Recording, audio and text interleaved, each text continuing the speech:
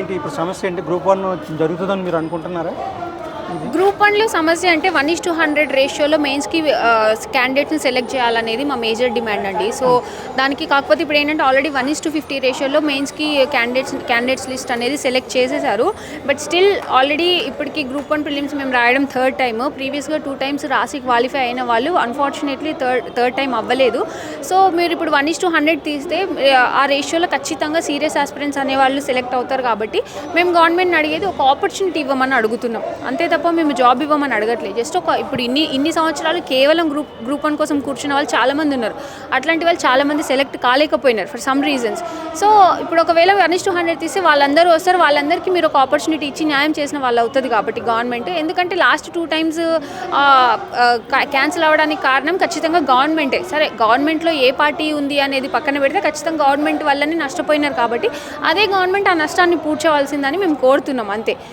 ఇప్పుడు ఆపర్చునిటీ ఇస్తే వాళ్ళందరికీ సరే మేము పడిన కష్టానికి ఎగ్జామ్ రాసే ఛాన్స్ వచ్చింది, రాసాము అనే సాటిస్ఫాక్షన్ ఉంటుంది. సో ఆ సాటిస్ఫాక్షన్ వల్ల మీకు ఇబ్బంది ఏం లేదు కదా. ఇప్పుడు 1:100 తీస్తే గవర్నమెంట్కి వచ్చిన ఇబ్బంది ఏం లేదు, నష్టం ఏం లేదు. కాబట్టి తీస్తే బాగుంటుందని చెప్పి మా ఆలోచన. గ్రూప్ 2 విద్యార్థులు కూడా సాటిస్ఫై చేసేలాగా ఒక నిర్ణయం తీసుకున్నారని తెలిసింది. ఇప్పుడు ఇలా మీకోసం కూడా ఇలా చేస్తారని మీరు ఎక్స్పెక్ట్ చేస్తున్నారా?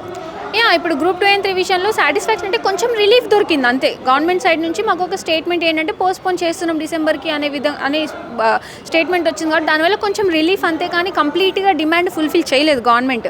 సరే దానికి ఒక 2 to 3 daysలోనూ తొందరలో వస్తుంది అని అయితే మేము ఎక్స్పెక్ట్ చేస్తున్నాం. ఆ హోప్ అయితే మాకుంది. ఇన్ కేస్ రాకపోతే డెఫినెట్గా అది కూడా సాధించుకునేంత వరకు మేము వదిలిపెట్టాము. ఎందుకంటే అన్ని నోటిఫికేషన్స్కి పోస్టులు పెంచారు. మేము 2 years నుంచి ఆల్మోస్ట్ ఇందులో ఉన్నాము. మా గ్రూప్ 2 and గ్రూప్ 3లో కొన్ని జోన్స్లో కొన్ని కేటగిరీస్లో అసలు పోస్టులు అనేవి లేవు. ఇన్ని సంవత్సరాలు అంటే కాంగ్రెస్ గవర్నమెంట్ వస్తే మాకు న్యాయం జరుగుతుంది అన్న ఉద్దేశంతో పనిచేసిన వాళ్ళం మేము, మా పుస్తకాలు పక్కన పెట్టి పనిచేసిన వాళ్ళం మేము. కాబట్టి మీరు ఇస్తే పోస్టులు పెరిగితే ఎవరెవరికైతే ఏ కేటగిరీస్లో అయితే పోస్టులు లేవో, ఏ జోన్స్లో అయితే పోస్టులు లేవో వాళ్ళకి కవర్ అయిపోతుంది. ఇప్పుడు పోస్టులు లేకుండా చదవడం అనేది వేస్ట్ ఆఫ్ టైం కదా, waste of time and energy. అట్లా ఎందుకు చేస్తుంది గవర్నమెంట్? ఒకవేళ పోస్టులు పెంచితే అందరికీ సరైన న్యాయం జరుగుతుంది కాబట్టి మేము పోస్టులు పెంచమని అడుగుతున్నాం. దానికి సంబంధించి ఎటువంటి ప్రకటన రాలేదు ఇంకా. సో తొందరలో వస్తుందనే హోప్తో అయితే ఉన్నాం. చేయగలిగింది కూడా ఇంత ముందు వైఖరి అవలంబించడానికి కారణం ఏంటని అనుకుంటున్నాను? కారణం ఏంటి అని అంటే మాకు బయట నుంచి చూస్తే మాకు కనిపించేది అయితే ఫస్ట్ ఆఫ్ ఆల్ మిస్ఇన్ఫర్మేషన్ అనేది వెళ్తుందండి గవర్నమెంట్కి.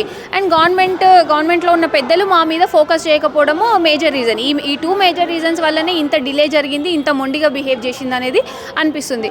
అరే ఏం చేసినా కానీ ప్రతిసారి ప్రతిపక్షం చేపిస్తే చేసేటోళ్ళం కాదు కదా. మేము ఎడ్యుకేటెడ్, మాకు తెలుసు ఎవరు రెచ్చగొడుతున్నారు, ఎవరు ఏది చేస్తున్నారు అనేది మాకు తెలుసు కదా. కానీ ఖచ్చితంగా కంప్లీట్గా దాన్ని పొలిటిసైజ్ చేసే విధంగా డీవియేట్ చేయాలని ట్రై చేశారు. But still end of the day మేము గెలిచినామని మేము అనుకుంటున్నాం. ఎందుకంటే వితౌట్ పొలిటికల్ పార్టీస్ మేము చేయగలం అనేది మాకు తెలుసు, మాకు ఆ క్యాపబిలిటీ ఉందని తెలుసు. అట్లనే మేము చేసినాము.